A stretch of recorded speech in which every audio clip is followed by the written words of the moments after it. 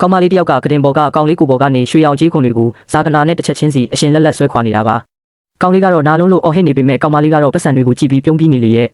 ဘာလို့လဲဆိုတော့ဒီအကြီးခွန်တစ်ချက်ချင်းစီကမှောင်ခိုဈေးကွက်မှာတန်ဖိုးကြီးပေးရလို့ပဲဗျကောင်လေးကသူ့ကိုနှလုံးသားမရှိတဲ့အယူမလို့ချိန်ဆဲပေမဲ့သူကတော့ဂယုမဆိုင်ပဲအကြီးခွန်တွေကုန်သွားရင်အသားကိုပါဈေးတင်ရောက်မှုစဉ်းစားနေတာပါတကယ်တော့ဒီလိုဖြစ်လာဖို့အကြောင်းရင်းရှိပါတယ်ကောင်မလေးကဒဏ်ရာတွေနဲ့ရေတူထီးလေးကိုလေလံပွဲကနေဈေးကြီးပေးပြီးဝယ်လာခဲ့တာပါ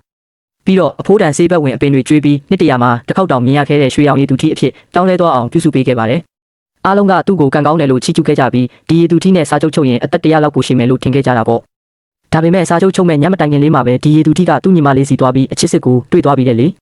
ေမိသားစုကလည်းသူတို့နှစ်ယောက်ကိုသဘောတူပေးလိုက်ဖို့ဖိအားပေးတာနဲ့ကောင်မလေးလည်းအပြုံးလေးနဲ့ခေါင်းညိတ်ပေးလိုက်ပါတယ်ဒါပေမဲ့အဲ့ဒီညမှာပဲကောင်လေးကိုခုတ်ထစ်မဲ့စင်းဒီတုံးပေါ်တင်ပစ်လိုက်ပါတော့တယ်ရွှေရောင်ရည်သူထီးရဲ့မျက်ရည်ကပလဲဖြစ်တဲ့တွေးကအလှပွားစေတဲ့အသားကအသက်ရှည်စေတဲ့နင့်လိုကောင်တဲ့ရည်စားဖြစ်ဖို့အချိန်ကုန်ခံမဲ့သူကအယူပဲတဲ့ဗျာကဲဇလန်းကိုပြန်ကြွေးရရင်ဒီအမျိုးသမီးရဲ့နာမည်ကကိုချင်းလန်လို့ခေါ်ပါတယ်အမျိုးကနာမည်ကြီးစေးဘက်ဆိုင်ရာလုပ်ငန်းစုကြီးရဲ့စက်ခံသူဖြစ်ပြီးလူတိုင်းကသူ့ကိုတွေးတဲ့အယူမလို့တတ်မှတ်ထားကြတာပါလွန်ခဲ့တဲ့3နှစ်ကထိတ်တန်းလီလံပွဲတစ်ခုမှာသူ့ပိုင်တဲ့ share တွေအကုန်လုံးကိုပုံအောပြီးဒီတဝက်တည်နေတဲ့ရည်သူထီးကိုသူဝယ်ခဲ့တာပါဒီရည်သူထီးကိုအိမ်ကိုတည်လာတဲ့အချိန်မှာမိသားစုတစ်ခုလုံးလမ်းဖြန့်သွားကြပါတယ်ရခင်ပိုင်ရှင်ရဲ့နှိပ်စက်မှုကြောင့်အကြေးခွန်တွေလည်းကြွားကြအမီးတွေလည်းစုပ်ပြတ်တက်နေပြီးနေရွက်နေရမှာလည်းအပေါင်မဲနှစ်ပေါက်ပဲရှိတော့တာလေမွေးရပါနားကန်းနေတဲ့ရည်သူထီးပေါ့ဗျာအမေဖြစ်သူကဒီလိုအမိုက်ကိုဘယ်သူမှတော့အလကားပေးတာမယူဘူးဆိုပြီးဆဲဆိုသလိုအဖေကလည်းနောက်လာမှပိုကောင်းတာလာမှကိုအခုပြန်အန်းလို့လည်းမရတော့ဘူးဆိုပြီးဒေါသထွက်နေကြပါတယ်ညီမဖြစ်သူကတော့နှာခေါင်းကြီးပိတ်ပြီးအော်ယုံစရာကြီးလို့ပြောနေလေရဲ့လူတိုင်းကတော့ချင်းလန်ကိုငတုံးမကြီးလို့ထင်နေကြတာပေါ့ဒါပေမဲ့ဘယ်သူမှမသိတဲ့လျှို့ဝှက်ချက်ကိုသူကသိနေခဲ့ပါတယ်ဒီရည်သူထီးရဲ့မျက်လုံးလေးတွေကိုသူတေချာကြည့်လိုက်ပြီးဒီနားမပါတဲ့ကိစ္စဟာမတန်ဆွမ်းတာမဟုတ်ပဲသမုတ်တရားကြီးအောက်ပိုင်းကမင်းမျိုးမင်းတွေအစစ်မှန်ဖြစ်ကြောင်းပြသနေတဲ့တင်ဂီတာဆိုတာသူကောင်းကောင်းကြီးသိနေတာပါသူတို့တွေကရေအောက်မှာအကျဉ်းလုံးနဲ့အတန်လိုင်းတွေနဲ့ပဲဆက်သွယ်ကြတာဆိုတော့အပြင်နားရွက်တွေရှိစရာကိုမလိုတာလေရှင်းဟောင်းစာအုပ်တစ်ခုမှာဒီလိုရည်သူထီးမျိုးကထာဝရအသက်ကိုပေးစွမ်းနိုင်တယ်လို့ရေးထားတာကိုရှင်းလန်ကငယ်ကလေးကညံကြီးရှင်အဖိုးဖြစ်သူနဲ့ကြီးပြင်းလာခဲ့တာပါအဖိုးကလက်ပြင်းနဲ့စာချုပ်ချုပ်ထားလို့အသက်300အထိနေခဲ့ရပေမဲ့နောက်ဆုံးတော့လေအိုမင်းရင်ရော်ပြီးတည်ဆုံးသွားခဲ့ရပါတယ်အဖိုးမတည်ခင်လေးမှာသူ့လက်ကိုစုပ်ကင်ပြီးငါတို့မိသားစုကရာစုနှစ်နဲ့ချီတဲ့စီးစိမ်ကိုမလိုချင်ဘူးထာဝရအသက်ကိုပဲလိုချင်တာလို့ပြောသွားခဲ့တာကိုသူအမြဲမမိနေခဲ့ပါတယ်တေခါနီးအဖိုးရဲ့ရုပ်ဆင်းတံကတိတ်ကိုကြောက်စရာကောင်းတာမို့သူလည်းဒီလိုမျိုးအိုမင်းပြီးမတည်ချင်ပါဘူးဒါကြောင့်မို့ထာဝရနုပြိုဖို့အတွက်ရေကန်ထဲကတေလူမျိုးပါရည်သူထီးလေးကိုတူးဖို့မခံရသေးတဲ့ရွှေတွင်းကြီးတစ်ခုလိုသူ့သဘောထားခဲ့တာပါနောက်ဆုံးတော့သူကငါအပိုင်ပဲဆိုပြီးလူတိုင်းကိုကြီးညာလိုက်ပါတယ်ရည်သူထီးလေးကိုအချန်လင်းလို့နာမည်ပေးလိုက်ပြီးသူ့မှာရှိသမျှပတ်စံတွေအကုန်ထုတ်ကအိမ်အောက်ထပ်မှာသမုတ်တရားရေအောက်ကျမ်းပြင်းနဲ့အတူတူပဲဖြစ်မဲ့အစင်းမြင့်ရေကန်ကြီးတစ်ခုကိုတိဆောက်ပေးခဲ့ပါတယ်နေ့တိုင်းအကောင်းဆုံးပင်လယ်စာတွေနှစ်တရာတက်တန်းရှိတဲ့ဆေးဘက်ဝင်ပင်တွေကိုကိုယ်တိုင်ကိုကြကျွေးမွေးပြုစုခဲ့တာပါဒါတွေမကသေးဘူးတီးတန်းသူတေသနာအဖွဲ့တစ်ခုကိုပါဖွဲ့စည်းပြီးသူ့ရဲ့နှလုံးခုန်လုံးအကြီးခွန်အယောင်ပြောင်းလဲမှုတွေးတဲ့ကအင်ဇိုင်းတွေကို24နာရီပတ်လုံးစောင့်ကြည့်ခဲ့ပါတော့တယ်ဒီလိုနဲ့ရက်ပေါင်း148ရက်မြောက်နေ့မှာတော့အကြီးခွန်တွေကရွှေရောင်စတင်ပြောင်းလဲလာပြီးရက်ပေါင်း300ရက်မြောက်နေ့ရောက်လာတဲ့300ရက်မြောက်နေ့မှာတော့အကြီးခွန်အစ်စ်တွေရဲ့အစုံပိုင်းကနေထူးခြားတဲ့အင်ဇိုင်းတစ်ခုထွက်လာတာကိုတွေ့လိုက်ရပါတယ်909ရက်မြောက်နေ့မှာတော့သူ့ရဲ့အကြအာယုံကြောတွေကအလိုလိုပြန်လဲကောင်းမွန်လာတဲ့လက္ခဏာတွေပြသလာပြီးချိန်နှုန်းနဲ့အတန်လိုင်းတွေကိုတုံ့ပြန်လာနိုင်ပါပြီကိန်းကနန်းတွေပြောင်းလဲလာလေသူမရဲ့ရီမန်းချက်နဲ့ပိုနီးကက်လာလေးပါပဲတရက်တော့ညီမလေးရော့ရွှေကရေအောက်ဆန်းတက်ခန်းတွေကိုရောက်လာပါတယ်အဖြူရောင်ကောင်ဝင်လေးနဲ့လက်ပြလေးလိုဟန်ဆောင်ပြီးအမနေ့တိုင်းဒီငါးကြီးကိုစောင့်ကြည့်နေရတာမပြင်းဘူးလားလို့မေးရင်ရေကံပန်ကိုလက်ညှိုးနဲ့လာထောက်ပါတယ်သူကတကယ်ကိုရုပ်ဆိုးတာပဲနော်လို့လည်းပြောလိုက်သေးရဲ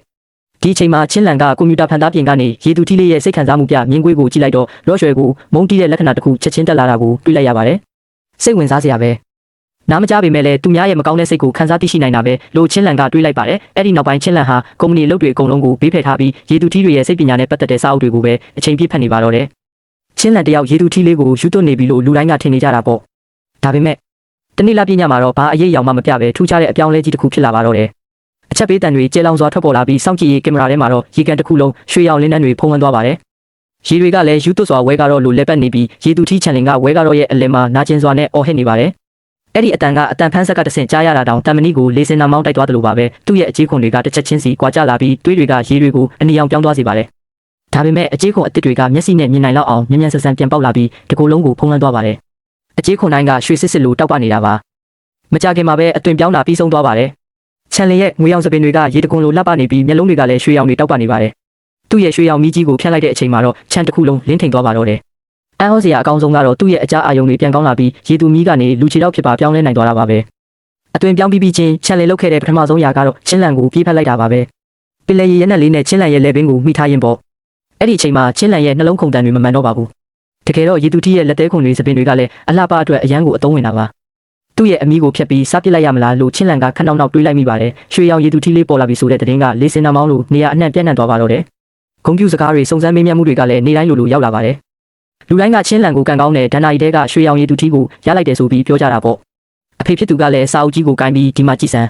သူနဲ့စာချုပ်ချုပ်ရင်အနည်းဆုံးအသက်3ရက်လောက်နေရမယ်တဲ့ချင်းလန်မြ мян လေးစာချုပ်ချုပ်ဖို့စူးစမ်းစမ်းလို့တိုက်တွန်းပါတော့တယ်ဒါပေမဲ့ရည်သူထီးနဲ့စာချုပ်ချုပ်ဖို့အတွက်နှစ်ယောက်သားရဲ့ဝိညာဉ်လိုက်ဖက်ညီမှုက80%နဲ့အထက်ရှိရပါမယ်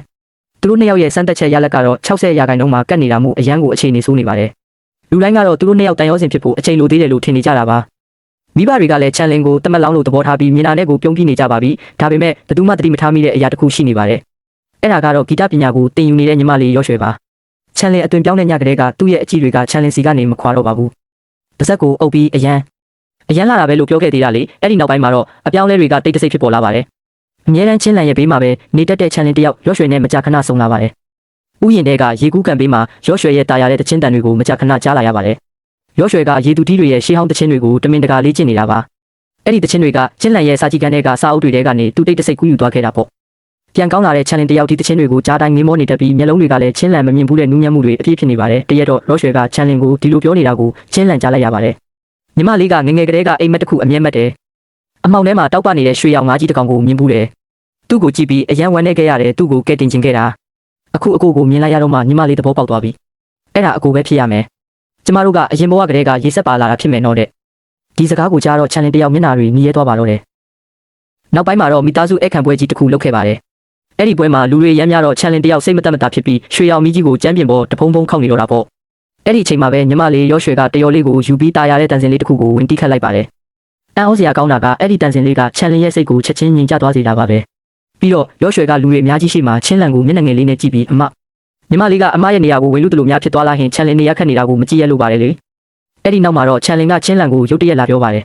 ရောရွှေကအရန်ထွေးတယ်မင်းနဲ့တခြားစီပဲလို့နှိုင်းရှင်လိုက်တာပါအဲ့ဒီချိန်ကစပြီးချန်လင်တစ်ခုခုပြောင်းလဲသွားပြီဆိုတာချင်းလန်သိလိုက်ပါတယ်တနေ့နေ့လယ်ဘက်မှာရောရွှေကရင်နွေးချမ်းပူပူကိုသူ့လက်ခုံပေါ်မတော်တဆမှောက်ချလိုက်ပြီးအော်ငိုပါတော့တယ်ဒါကိုကြားတာနဲ့ချန်လင်ကချက်ချင်းပြေးလာပြီးသူမရဲ့လက်ကိုစုပ်ကန်ကရေသူတွေရဲ့ကုသပေးနိုင်တဲ့တခြင်းလေးကိုဆိုပါတော့တယ်ရွှေရောင်အလင်းတန်းလေးတွေထွက်လာပြီးတန်ရာကမျက်စိရှိတင်ချက်ချင်းပျောက်သွားတာပေါ့ရောရွှေကလည်းမျက်ရည်လေးတွေနဲ့ကျေးဇူးပဲချန်လင်အမဆိုရင်ညီမလေးအတွက်ဒီလောက်စိုးရင်ပေးမှမဟုတ်ဘူးဆိုပြီးချွဲပါတော့တယ်ဒီစကားကြောင့်ချန်လင်ရဲ့မျက်လုံးထဲမှာရောရွှေပေါ်ထားတဲ့စိတ်တွေအကုန်ပုံကျသွားပါတော့တယ်အဲ့ဒီနောက်ပိုင်းချန်လင်ကချင်းလန်စီစဉ်ပေးထားတဲ့ဝိညာဉ်လိုက်ဖက်ညီမှုတိုးတက်စေမဲ့တင်တန်းတွေကိုညှင်းပယ်လိုက်ပါတယ်ပြီးတော့ချင်းလန်ရဲ့ကက်ကိုတုံးပြီးရောရွှေအတွက်ဈေးကြီးတဲ့ပင်လယ်ရေအောက်တန်းကြောက်တန်းတွေကိုတောင်လက်ဆောင်ဝယ်ပေးလိုက်သေးရဲ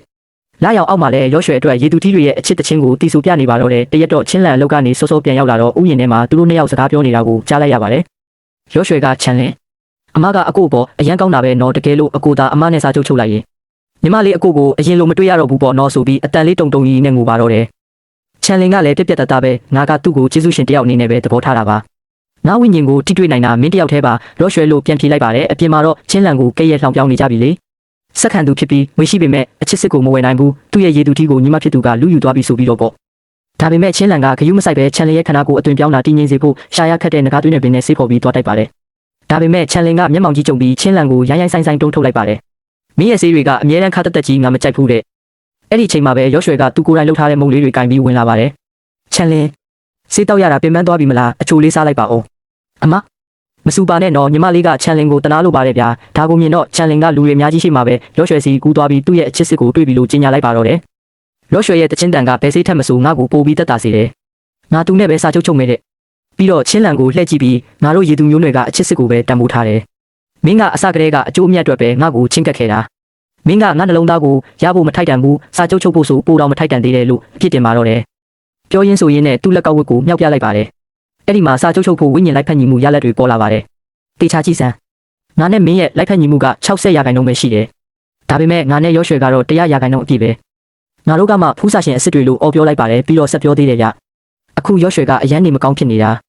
ာငါနဲ့စာချုပ်ပြီးငါရဲ့အသက်ဆွမ်းရည်တွေကိုမျှဝေပေးမှသူအသက်ရှင်နိုင်မှာမင်းတာငါအပေါ်တကယ်ကောင်းနေဆိုရင်ငါတို့နှစ်ယောက်ကိုသဘောတူပေးလိုက်ပါတယ်ဗျအဲ့လိုနဲ့ဇလန်အစမှမြင်ခဲ့တဲ့မင်းသမီးကသူကိုယ်တိုင်ပြုစုပြောင်းထောင်ခဲ့လို့ပြန်ကောင်းလာတဲ့အခြေခွန်တွေကိုတစ်ခုချင်းခွာဖြစ်ပါတော့တယ်